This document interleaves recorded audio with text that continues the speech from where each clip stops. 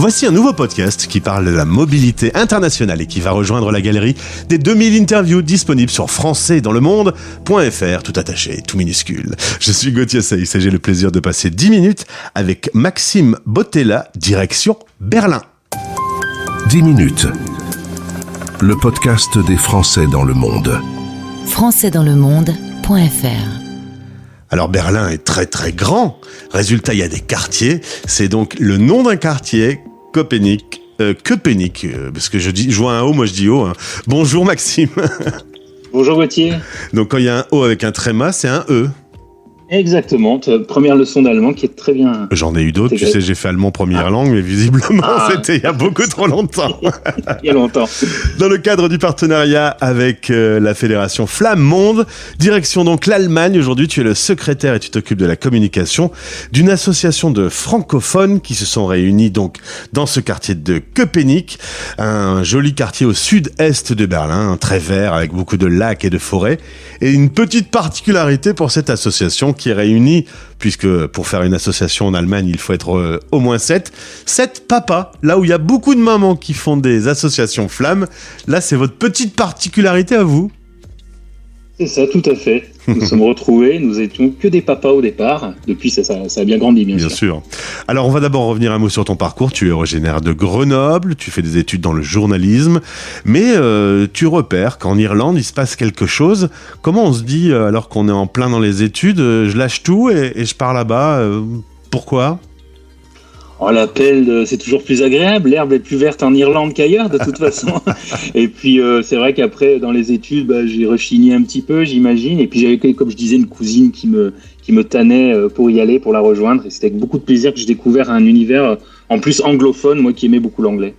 Alors, le 12 juillet 1998, la France gagne face au Brésil 3-0. Le lendemain, toi, tu es dans l'avion et tu vas donc atterrir en Irlande. Ton nouveau est ton premier pays d'expatriation. Tu vas y passer 10 ans. T'as adoré, je crois, hein. Ah oui, énormément. Ouais, ça fait partie de moi.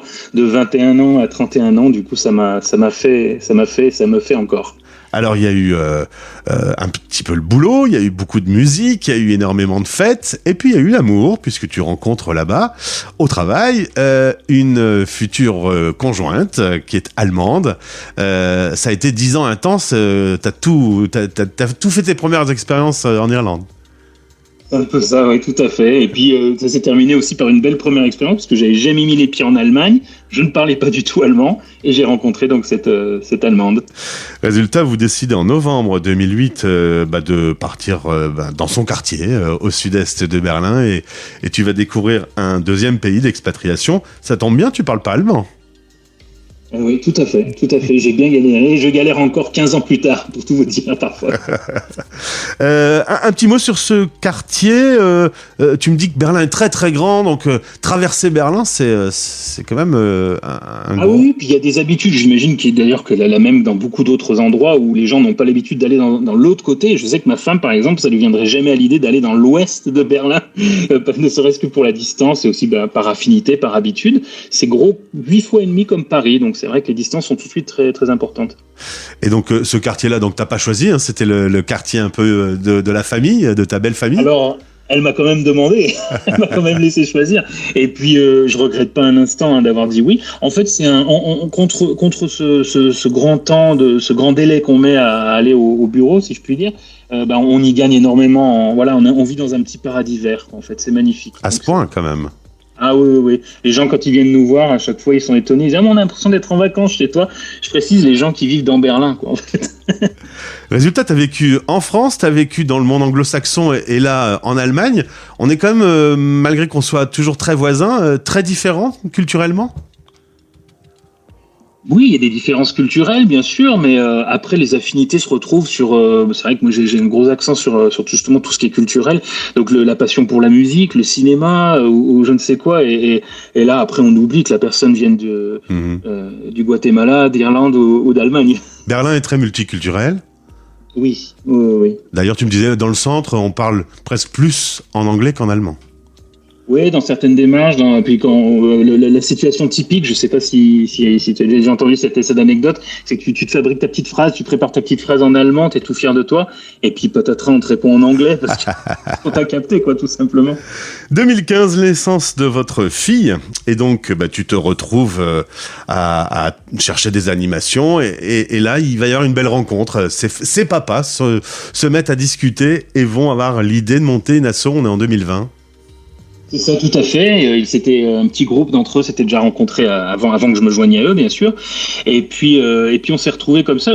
En gros, c'est que nos enfants, vu que nous vivons dans le sud-est de Berlin, loin de tout enseignement en français, nos enfants sont dans des scolarités complètement 100% allemandes, ce qui n'est pas bien sûr un mal, mais on s'est dit ça serait bien quand même d'apporter un petit peu de français là-dedans. Alors pour maintenir un peu de français à la maison, la solution c'est Flamme. On salue Jean Robert, le président de l'asso, et les autres papas qui composent l'association à la base. Elle a grandi depuis, maintenant c'est 40 familles qui sont membres, 70 enfants qui se retrouvent le samedi matin pour une complémentarité de la scolarité, et donc le maintien du français à la maison, qui est chose importante. Du coup, aujourd'hui, ta fille maîtrise bien le français ? Oui, elle maîtrise plutôt bien. C'est vrai qu'on parle beaucoup à la maison. Déjà, elle est bien abreuvée par ça, même si c'est que moi qui lui parle en français. La maman lui parle que en allemand. Mais c'est vrai qu'elle a un environnement, et l'existence de l'association n'y est pas pour rien. Où tous ces enfants se sont rendus compte que tout d'un coup, le français n'était pas que la langue du papa, par exemple, ou de la maman. Et tu as été d'ailleurs assez surpris de voir qu'il y avait autant de familles qui étaient dans ta situation. Tout à fait, parce que ça faisait 10 ans à peu près que j'étais là. Faudrait que je revoie les dates, mais c'est à peu près ça. Et je me disais, je suis le seul francophone. J'y pensais pas le matin en me réveillant, mais voilà, je pensais pas qu'il y avait d'autres francophones, et j'étais agréablement surpris de leur présence aussi. Résultat, vous vous retrouvez le samedi matin. Je suppose que c'est dans une école qui doivent vous prêter des locaux ? Alors même pas, on a un petit cocon ici qui est formidable. Alors j'ai la traduction, qui peut peut-être pas la traduction exacte, mais c'est l'équivalent de nos MJC en France. D'accord. Moi j'ai le souvenir des MJC quand j'étais gamin, adolescent, et c'est une grosse maison, une vieille maison avec un grand jardin derrière qui fait partie de la ville de Copenhague, et qui nous accueille pour nos cours et d'autres activités d'ailleurs. Alors justement, en plus des cours, vous continuez à vous retrouver pour la galette des rois ou la grande kermesse, la fête de l'été, l'occasion de vous retrouver entre français et binationaux, franco-allemands. Entre binationaux, tout à fait, oui. Cette année, elle aura lieu le 29 juin, donc nous avons des ateliers qui sont proposés. L'année dernière, on avait fait beaucoup de musique. Cette année, sera un peu plus sur l'accent sur le théâtre. Il y aura un atelier théâtre proposé, mais on fera aussi un barbecue. Donc les parents, ils trouvent leur compte aussi. On a beaucoup de plaisir à se retrouver régulièrement, de toute façon, pour faire des choses et d'autres. Et du coup, ce groupe de papas, ça fait de vous, dans le réseau Flamme, un groupe un peu à part. D'autres papas dans le monde vous contactent pas pour comment vous avez fait tout ça ? Alors, dans le monde, je ne crois pas encore, mais par contre, ça commence un peu à Berlin. Nous, on est du sud-est, il y a des gens au sud-ouest aussi qui commençaient à nous regarder un petit peu. Après, il n'y a pas forcément que des papas, ça peut être aussi des mamans, mais ouais, on nous contacte pour avoir des idées, de savoir ce qui nous a amené là où nous en sommes aujourd'hui. Aujourd'hui, donc ta femme est allemande, toi tu es française. Votre fille se sent quoi ? Elle se sent profondément allemande ? Le mieux, ça aurait été de lui poser la question à elle, parce que j'aime pas les. Mais je pense qu'elle a vraiment les deux. Elle le dit parfois. Elle aime beaucoup, comme sa maman d'ailleurs. Elle aime beaucoup aller en vacances dans ma famille, que ce soit dans les Alpes ou dans le sud de la France. J'imagine bien.